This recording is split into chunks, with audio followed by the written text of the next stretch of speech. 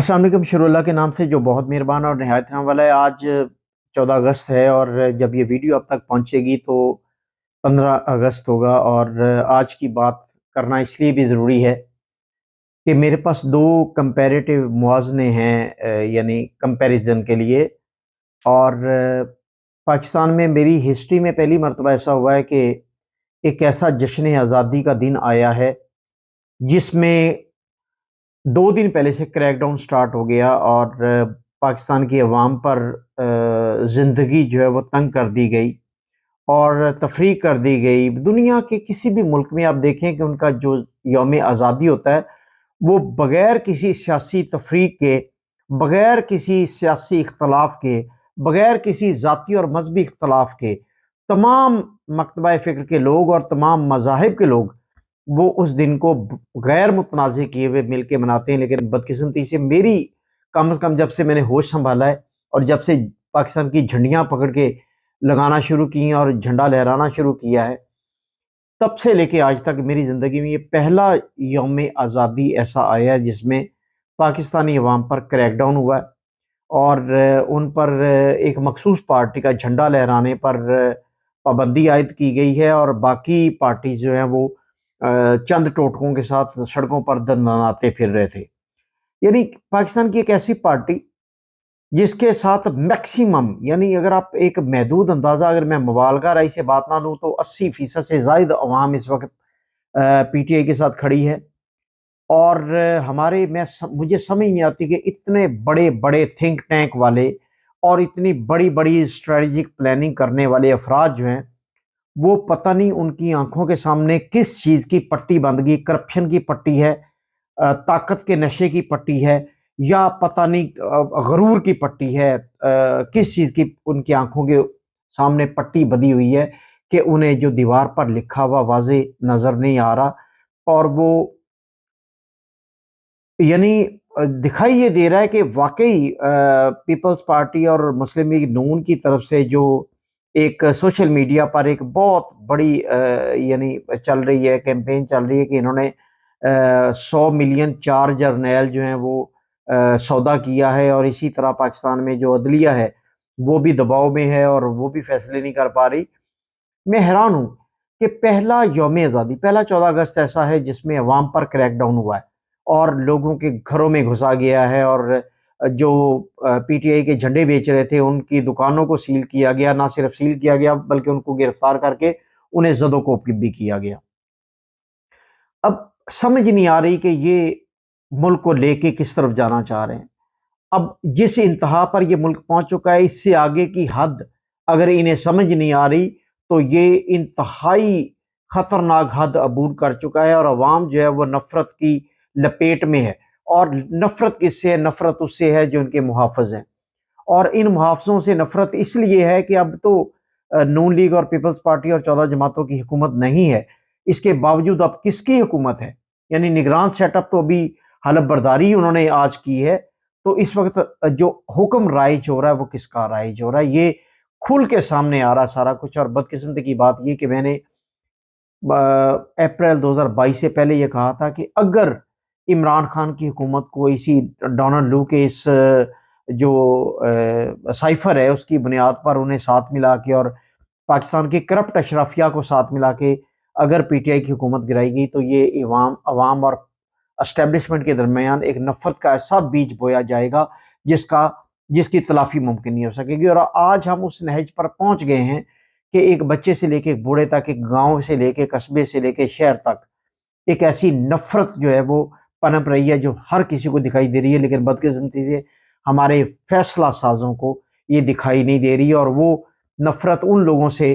جن لوگوں نے پاکستان کی بقا کے لیے ہمیشہ قربانیاں دی ہیں، اس کا بھی ہمیں ادراک ہونا چاہیے، لیکن ان کے اس طرح کے فیصلوں نے عوام کو ان کے سامنے لا کھڑا کیا ہے۔ اب میں موازنہ کرنے جا رہا ہوں مختلف اقوام کا۔ میں آپ کو بتاؤں کہ میرا ہمیشہ سے یہ موقف رہا ہے کہ جو قوم پرست افراد ہیں، جو قوم پرست ممالک ہیں، جو قوم پرست سوچ والی اقوام ہیں، وہ ہمیشہ ترقی یافتہ اقوام ہوتی ہیں۔ میں اگزامپل دیتا ہوں آپ کو، آپ شروع کر دیں جاپان سے، چائنا سے، اس کے بعد آپ اسرائیل پہ آ جائیں، آپ فرانس پر آ جائیں، آپ جرمنی پر آ جائیں، امریکہ پر آ جائیں، اسی طرح اٹلی اور باقی یورپین کنٹریز پر آپ ایک موازنہ کر لیں، یونان کا دیکھ لیں آپ، اور اس کے بعد آپ مسلمان ملکوں میں اگر دیکھنا چاہتے ہیں تو آپ ترکی کو دیکھیں۔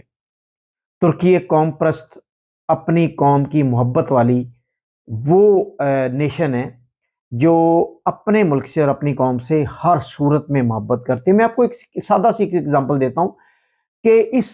انتخابات میں جو کہ مئی میں ہوئے، اس میں رجب طیب ایردوان کے ہارنے کے 80% چانسز تھے۔ میں قوم پرست کی ایک ایگزامپل دینے لگا ہوں آپ کو، لیکن ہوا کیا؟ ہوا یہ کہ یورپ، UK اور امریکہ کے اخباروں نے رجب طیب ایردوان کے بارے میں ایک ایسی الیکشن مہم سٹارٹ کی اس کے خلاف، اس کی مخالفت میں۔ جب ان کے اخبارات اور میڈیا میں یہ کیمپین سٹارٹ ہوتی ہے تو جو ترک عوام ہے وہ اس کیمپین کی وجہ سے صدر رجب طیب ایردوان کو ووٹ کرتی ہے، اور ان کی مخالفت کی وجہ سے ووٹ کرتی ہے۔ وہ کہتی ہے کہ آپ لوگ کون ہوتے ہو ہمارے انتخابات اور ہمارے صدر اور امیدوار صدر جو ہے اس کو کریٹیسائز کرنے والے اور اس کے خلاف رائے عامہ ہموار کرنے والے؟ تو ایک یہ بہت بڑا، میں آپ کو بتا رہا ہوں کہ یہ ایک سیٹ بیک جو ملا اپوزیشن کو، وہ یورپ، امریکہ اور برطانیہ میں صدر رجب طیب ایردوان کے خلاف کیمپین جو میڈیا میں چلی اس کی وجہ سے پذیرائی ملی، اور وہ انتخابات جیت گئے۔ اب میں آپ کو بتاتا ہوں کہ قوم پرست کی نشانیاں کیا ہوتی ہیں۔ اگر آپ پاکستان ایئرپورٹ پر دیکھیں، کسی بھی ایئرپورٹ پر جو فارنرز ہیں ان کا ایک کاؤنٹر علیحدہ ہے۔ جدھر اگر 2 فارنر کھڑے ہوں تو پاکستانی کسی کو اس کاؤنٹر پر جانے کی اجازت نہیں ہے، اور وہ کاؤنٹر خالی بھی رہے تو پاکستانی لمبی لائن میں لگ کے اپنی کیو میں لگ کے اپنے کاؤنٹر کا انتظار کرتے ہیں، اس میں ان کی جانے کی ضرورت نہیں ہو سکتی۔ اب قوم پرست کس طرح ہیں؟ قوم پرست آپ جن ممالک کے میں نے نام لیے ہیں ان کے اپنے جو شہری ہیں وہ جب ایئرپورٹ پر پہنچتے ہیں تو ان کے لیے ایک علیحدہ سے کاؤنٹر ہوتا ہے۔ میرا ایکسپیرینس ہوا کہ میں اس مرتبہ جب پاکستان سے آیا تو میں نے دیکھا کہ لمبی لائن ہے، بے شمار فلائٹس اتری تھی، تو میں نے دیکھا کہ ترک سٹیزن کے لیے انہوں نے ایرو لگایا ہوا تھا کہ ان کے لیے یہ علیحدہ سے ایک کاؤنٹر ہے، اور وہاں جا کے دیکھا میں نے 6 کے 6 کاؤنٹر ترک سٹیزن کے لیے تھے، اور ہر کاؤنٹر پر 1 یا 2 افراد کھڑے تھے۔ تو میں جب وہاں گیا تو جو سیکیورٹی والا تھا اس نے مجھ سے پوچھا کہ آپ کے پاس ترکش پاسپورٹ ہے؟ ترکش میں پوچھا، میں نے کہا ہاں میرے پاس ترکش پاسپورٹ ہے۔ تو اس نے بڑی عزت کے ساتھ کہا کہ آپ انٹر ہو جائیں، اور ہم 2 منٹ سے کم عرصے میں ہم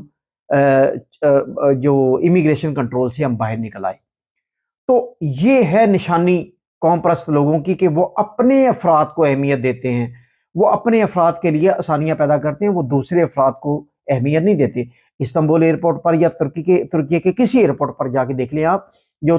ترکش سٹیزن ہیں ان کے لیے یہ کاؤنٹرز علیحدہ ہیں، اور وہ 2 منٹ میں وہاں سے امیگریشن سے نکل جاتے ہیں، جبکہ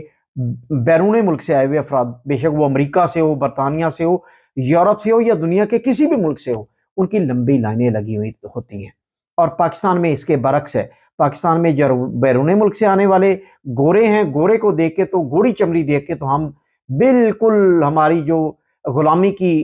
جو زندگی ہے وہ اس کی یاد تازہ ہو جاتی ہے، اور ہم فوراً جھک جاتے ہیں اور ان کے سامنے بچ جاتے ہیں۔ اور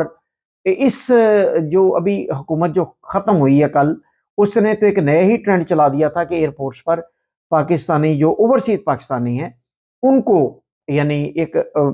علیحدہ سے ہراسمنٹ کا ایک سلسلہ شروع کیا تھا۔ اب میں موازنہ دینے لگا ہوں جشن آزادی کا۔ آج ترکی میں ایک فنکشن ہوا جو پاکستان ایمبیسی اور قونصلیٹ کے زیر اہتمام جو ہے وہ ایک تقریب ہوئی، اور جشن آزادی 14 اگست کے حوالے سے ہوئی، اور اس میں نے دیکھا کہ جو یہاں پر مقیم پاکستانی ہیں ان کے سب کے دل جو ہیں وہ پاکستان کے ساتھ دھڑکتے ہیں، اور وہ تمام افراد کہیں زیادہ فکر مند تھے پاکستان کی عوام کے لیے، پاکستان کے حالات کے لیے اور پاکستان کے مستقبل کے لیے۔ یعنی پی ڈی ایم اور اس کے الائنس اور نون لیگ کے اسپیشلی جو لیڈران ہیں وہ اوورسیز پاکستانیوں کو برا بھلا کہتے ہیں، اسمبلیوں میں گالی گلوچ کرتے ہیں، جبکہ 30 ارب ڈالر سے زائد جو ریمنٹنس ہے وہ ان افراد کے ذریعے، یعنی آپ اگر صرف ریمنٹنس پاکستان کے ریونیو سے نکال دیں تو آپ آج ڈیفالٹ کر جائیں،